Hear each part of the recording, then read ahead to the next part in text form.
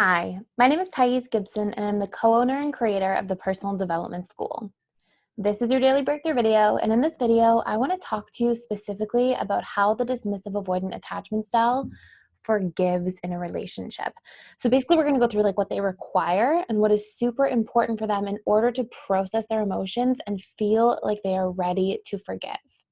So before I dive into this content, and this is something that was requested to me on many different occasions in the context of getting back into a relationship with a dismissive avoidant, or even just trying to reconcile problems or issues that are currently in a relationship with a dismissive avoidant that you might be dating. So before I get into all of this, a quick reminder, we are doing a stay-at-home sale and basically an ongoing support system for our community. So just due to the financial crises that are sort of going on and the different impacts that are being had, we are offering 25% off as sort of a form of scholarship to our community. And if you are interested and wanted to enroll, we're doing three live webinars every single week where you can ask me your questions live. People who have been doing these and showing up for them are getting tremendous value out of it on a consistent basis. So I honestly highly recommend, if you join the school, come to the live webinars.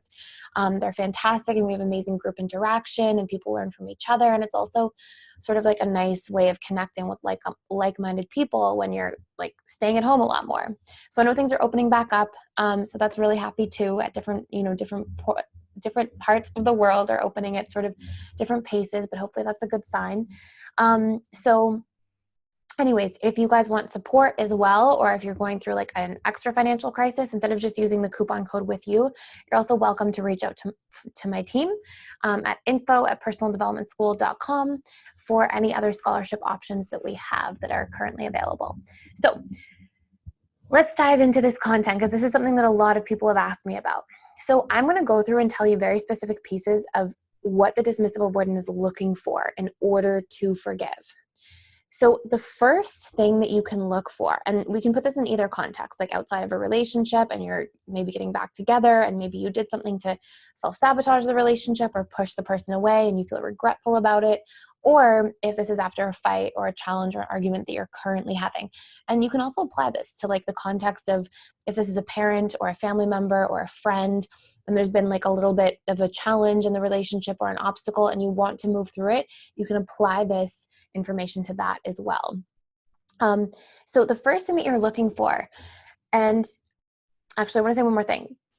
One of the really interesting things about a dismissive avoidant is, out of any insecure attachment style, they tend to have the most awareness, specifically in this category, that holding on to emotional pain hurts them and they don't like that feeling. And holding on to resentment, anger, frustration, hostility hurts them. Now, they will also cut things off and move away prematurely. And sometimes they carry an unconscious belief system that says if there's conflict in a relationship, it just means the relationship is over. So it's not necessarily coming from this super evolved, super wise perspective. But in some contexts, dismissive avoidants can be quite wise about how they process their feelings and manage things. And specifically when it comes to forgiveness, I actually find this to be a place that dismissive avoidants are more advanced in certain ways than other attachment styles. And not the part where they just cut off and leave things behind, but the part where they have that recognition that hanging on to resentment causes them pain. And so they try to release that emotionally and not feed it and not keep revisiting the story and not keep reliving it in their mind and playing the movie and over and over again. They tend to actually be okay, I'm not going to focus on this. I'm just going to move on. So that's one sort of unique thing about the dismissive avoidant. But when it comes to rekindling things or trying to figure out how to return and sort of fix the relationship, one of the first things that the dismissive avoidant needs, and I'm going to give you a few key ones, is they want understanding. Dismissive avoidants are very well known for seeking out knowledge in order to feel safe. So they tend to try to insulate or buffer, create this buffer between themselves and the world in order to create the feeling of safety. And this usually looks like them trying to understand everything and the dynamics or the mechanics of everything, or all the different assessments they can make, risk reward style. And when they have information to help them understand the situation. So for example, let's say you said something painful to the dismissive avoidant, you criticized too harshly, you lashed out in your words, you threatened to break up, something like that. If that's what happens, they want understanding as to why, and they want to know why your why can produce safety in the future. So why the recognition? So let's say, for example, you're like, I lashed out because I realized that I wasn't communicating my needs. So my solution going forward is to communicate my needs on a regular basis. If they see that you have logical, practical understanding that addresses the root problem, they often feel insulated by that because they literally look at it quite logistically and they're like, oh, this minimizes the risk of this recurring. And so they tend to look at it this way. And this produces the output of being able to have like a motive to move forward, if that makes sense. So if they emotionally want to move forward, their mind gets on board at the same time. So this is one of the first really important points, is that they want practical understanding for why you did what you did and basically how you can prevent it. Okay. So, and remember, it's sort of like part 1A and part B. The how you can prevent it with practical steps and solutions is just as insulating as seeking to understand the knowledge itself. And those two things together create the sense of safety for the dismissive avoidant, which is so important for them. Number 2, they also want to see consistency of change of behavior. So this applies more to like being outside of a relationship and thinking about rekindling it. The consistency and the change of behavior is like you being able to show consistently that you have changed. And this can be things like, if you used to call all the time or get angry when they didn't call back in time, things like this. If that's more consistent, or maybe you're just calling frequently, but not too much, or you are not getting angry when they don't fulfill an expectation or things like this. Now, I just want to be really clear about this. This isn't exclusive or separate from you showing up and communicating your needs. Okay? None of this video, I don't want anybody to take this a second out of context, because none of this video is supposed to be about how you can like change yourself to win somebody back who's unhealthy for you. So please don't apply it. Sorry, my phone keeps going off. So please don't apply it in that way, okay? Please recognize that this is, if you're in a relationship, you're both working towards healthier strategies, both parties are showing up, and then maybe you had something to work on in your attachment style, or you had something to work on just as a person because of a hard season of life or a chapter you're going through that made you make a mistake and push somebody away, and maybe the dismissive avoidant sort of overreacted and you want to fix it. Then these are good tools to apply specifically for that context. So consistency of change of behavior. So if you can see and recognize, okay, this is the root cause and this is how I can transform it, then that's beautiful and empowering. And it's also what they look for. They also look for safety. Number 3 is safety as a whole.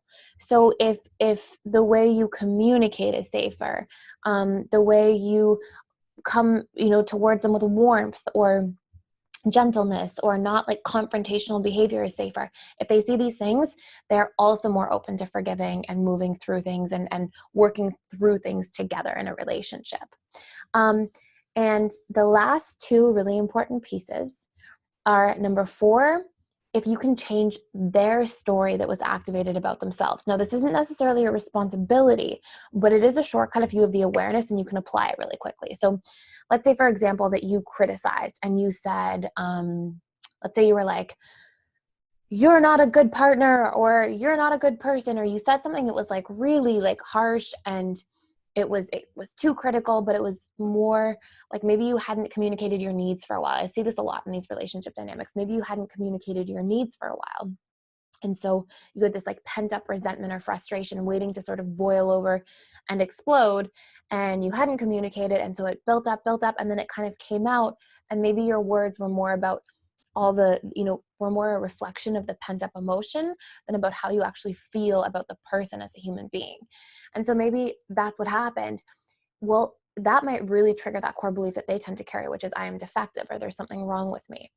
And so obviously that can sort of implant or create an imprint in their subconscious mind, especially if there's a lot of emotional charge behind it. So if that's the case, and you can go towards them and you can say, listen, that's not what I meant. That was like how I was feeling because I was resentful and I had things building up that I hadn't communicated, and I recognized my part. And while I think there might be things that you can improve on in the relationship, absolutely, and I would like to work through those things, what I said wasn't a reflection of how I feel about you. In fact, I feel like you're a really good person and blah, blah, blah.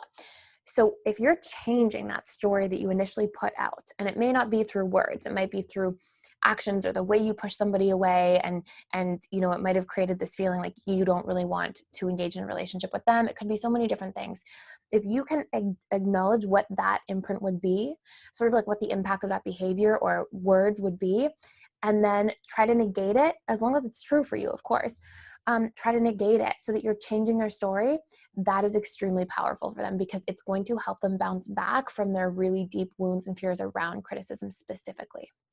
And the last one we have, number 5, is to be able to meet their needs. Okay, so this is a lot more common with anxious, preoccupied, and fearful avoidant attachment styles. Like when they're trying to get over something, they love to see through action that their needs are met. Because as a general rule, those two attachment styles, although fearful avoidance can sort of swing either way a lot of the time, as a general rule, those two attachment styles receive and appreciate action change in the relationship more than language change, like compliments or speaking and specifically targeting and working on stories. And they also personalize actions more. Like when somebody's cold to them, they feel it more, versus when somebody's cold to a dismissive avoidant, or they forget something, or there's an action not taken, they usually don't react too much. But when there's harsh or critical words, it can be excruciating for them. So when you meet the needs of the dismissive avoidant, maybe it's just for supportiveness, for safety, for harmony, consistency, these sorts of things. Again, they're sort of connecting back to those earlier ones, but specific to the context or situation where there was a problem or pain point. If you meet the needs, it also helps to transform their stored associations around the experience, or currently maybe around you in the relationship itself. So I hope this is a helpful video. I had a lot of requests around this. If you guys want to see other videos or have more requests, please let me know in the comments below. I still have some other like series to go through and you know, videos to add, but I just felt really inspired to do this today based on a really interesting question somebody specifically shared. So thank you guys again so much for sharing, and for being here and being a part of the community. And please like, share, and subscribe if you're getting a lot of value out of these videos, and I will see you in the next video.